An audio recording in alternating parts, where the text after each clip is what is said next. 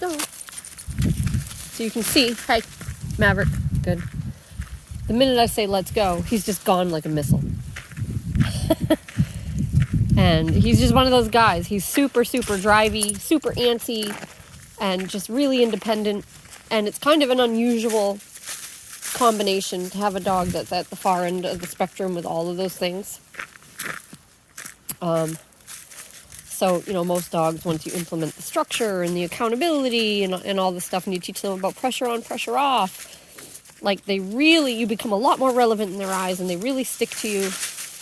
They really look to you for direction, but not this guy. This guy's very independent. So we're doing some long line work, which helps him to learn how to temper that a little bit, and continue teaching him that he's not entirely self-governing, that he has to, you know, kind of pay attention to his handler and think about what's going on at the other end of the leash.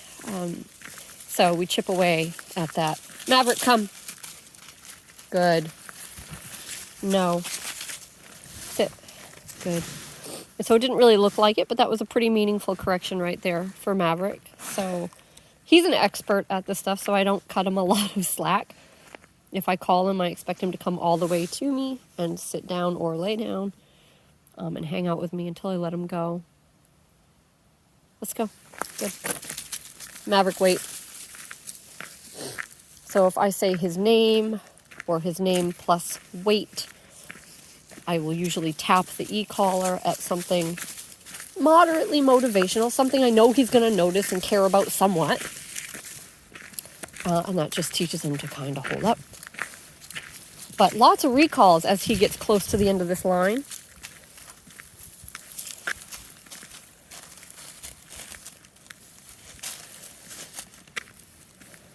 So he starts to notice that I'm going to call him back every time he gets near the end of it.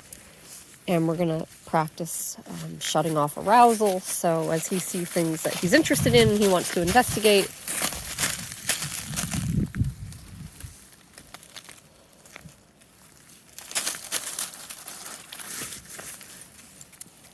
Maverick, come. Good. Good boy. Down. I'm practicing making him shut it all the way off. And this is not all the way off. See how he's still busy? So I'm going to turn my remote down to something really low, like a 4. Tap, tap. Good. Good boy. He's so intense. Let's go. And he's off.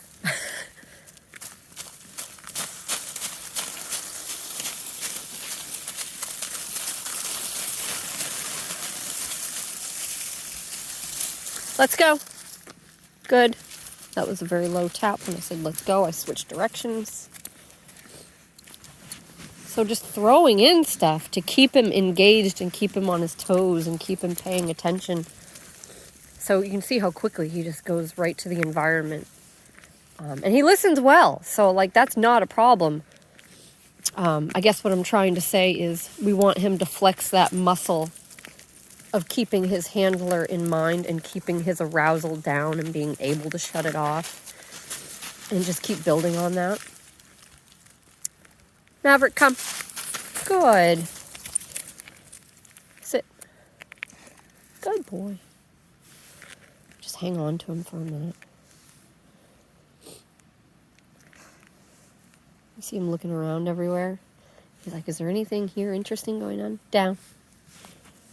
I'm going to ask him to shut off a little more. Down. See, he didn't go all the way down, so stim here. Good.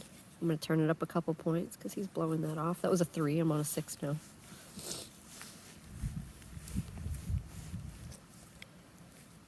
Good boy. Break. Maverick, wait. Good.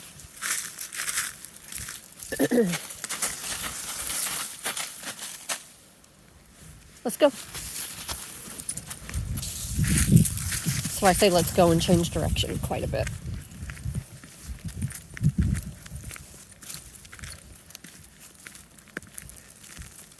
Let's go.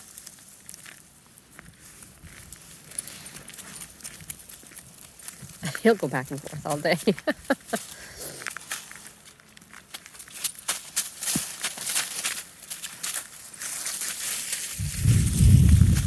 Maverick, come.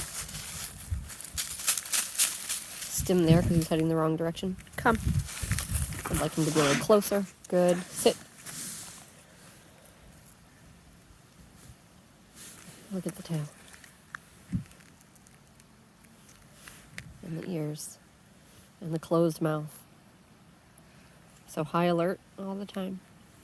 Down. Good boy. And Maverick knows the double down. We used to use that a lot. Down. Down. Good.